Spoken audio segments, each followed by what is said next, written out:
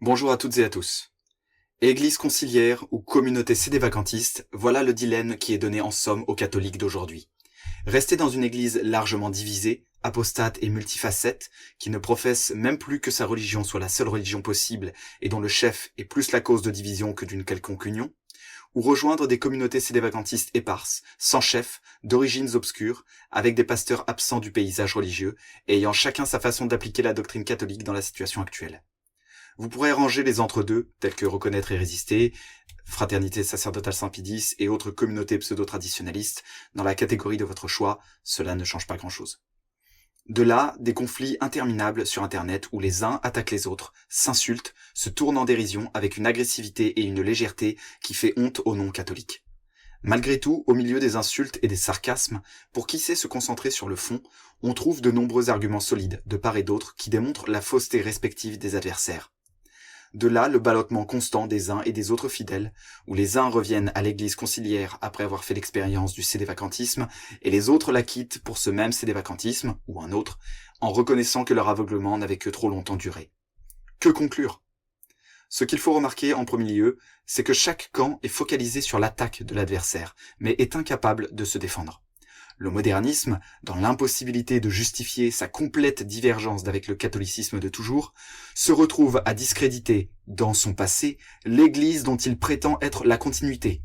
Et voilà que les papes sont calomniés, que la doctrine est rendue confuse, que le magistère est remis en question, et que toutes les vieilles rumeurs et diffamations de ses ennemis à travers l'histoire refont surface.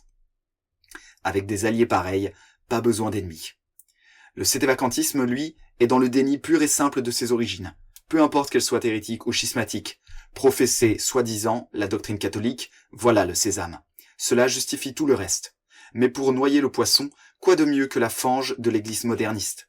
Voilà pourquoi son existence semble reposer essentiellement sur l'attaque du modernisme. L'attaque n'est-elle pas la meilleure défense ? Ce n'est pas pour rien que les tenants du modernisme commencent eux-mêmes à multiplier les attaques contre le sédévacantisme. Ils ont fini par admettre que c'était une meilleure stratégie. Si l'on croit que la vérité est forcément dans un camp ou dans l'autre, il faut bien reconnaître que la situation est très complexe. Pourra-t-on, à force d'études et de recherches, l'identifier dans l'un des deux camps en dépit de tous ces écueils ? Dans des échanges récents, un de mes interlocuteurs me renvoyait constamment à ma formation. Cette injonction lui semblait suffisante pour démontrer la fausseté de mes conclusions. Bien sûr que je dois continuer de me former, comme chaque catholique. Mais en réalité, cela ne peut pas être utilisé comme un argument. Un vieux moderniste ne pourrait-il pas avancer la même chose à un jeune sédévacantiste ? Vous êtes bien jeune, apprenez la doctrine avant de dire que Vatican II est hérétique. Vous n'avez pas compris ce que vous lisiez, vous êtes dans l'interprétation, etc. Et un vieux sédévacantiste à un jeune moderniste, de même. D'un côté comme de l'autre, on a affaire à des gens prétendument savants qui en arrivent à des conclusions radicalement opposées.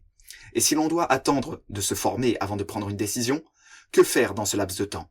Faut-il tirer au sort entre les deux laquelle semble la plus sûre et y aller les yeux fermés ?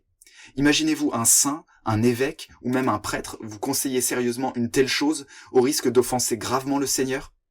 Évidemment, la réponse est non. Notre Seigneur Jésus-Christ n'a d'ailleurs jamais eu en tête qu'il fallait être un savant pour discerner son Église. La religion catholique est universelle, simple, évidente. C'est par l'évidence de son origine divine, par ses miracles, par la puissance de sa doctrine et de ses principes, qu'elle a toujours éclairé le monde du sommet de sa montagne. Toute la doctrine incroyablement profonde et riche qu'elle a développée naturellement, et non pas modifiée ni changée, n'a jamais été destinée à convertir les cœurs simples qui reconnaissaient déjà spontanément en elle les critères de vérité, mais à protéger les fidèles trompés par les sophismes de l'ennemi. Nous devons avoir confiance dans cette condescendance de Dieu qui s'est mis à notre pauvre niveau et qui a daigné nous donner par des preuves évidentes l'identité de son unique Église. Nous en revenons donc au dilemme initial. Modernisme ou sédévacantisme ? Cette situation m'a rappelé la fameuse histoire de Charibe et Scylla, où Ulysse et son équipage n'échappent à un monstre que pour tomber dans la gueule de l'autre. Voilà ce qui nous attend si l'on croit devoir choisir l'un ou l'autre de ces deux camps. Parce que forcé de reconnaître qu'aucun des deux camps ne porte les caractéristiques évidentes de l'Église de Dieu, c'est même le contraire. Pas besoin d'avoir fait de longues études pour le voir. Les sophismes, les constructions historiques et théologiques sur des détails obscurs ne rendront pas leurs fruits meilleurs. Il n'est pas besoin de savoir ce qu'est précisément une chose pour savoir ce qu'elle n'est pas.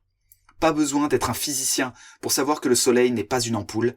Pas besoin d'être un théologien pour savoir que la vraie Église catholique n'est ni moderniste, ni sédévacantiste. Mais alors, y a-t-il une autre option? Oui, vivre sa foi en dehors de ces structures hiérarchisées, comme en exil. Cela n'a rien d'inenvisageable. Beaucoup de chrétiens avant nous l'ont fait, individuellement ou en communauté. Les Japonais, par exemple, après avoir été convertis par les missionnaires, se sont retrouvés livrés à eux-mêmes à partir du XVIIe siècle, suite à l'exclusion totale des prêtres du pays. Aucun membre du clergé ne restait pour les guider ou leur donner les sacrements pendant près de 200 ans. Étaient-ils condamnés de fait? Non.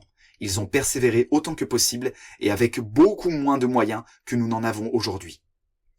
La disparition du clergé de la terre équivaut à un exil global. Il ne s'agit cependant que d'une différence de degré, pas de principe. Dieu n'a-t-il pas le même égard pour la moindre de ses brebis? Le Japon ou la terre, n'est-ce pas le même infiniment petit aux yeux de Dieu? Ou bien est-ce qu'on admettra que Dieu n'a pas la même préoccupation de chacune des parties de son troupeau? Certes, il faudrait invalider cette hypothèse de l'exil s'il était impossible de vivre catholiquement sans hiérarchie. Mais ce n'est pas le cas.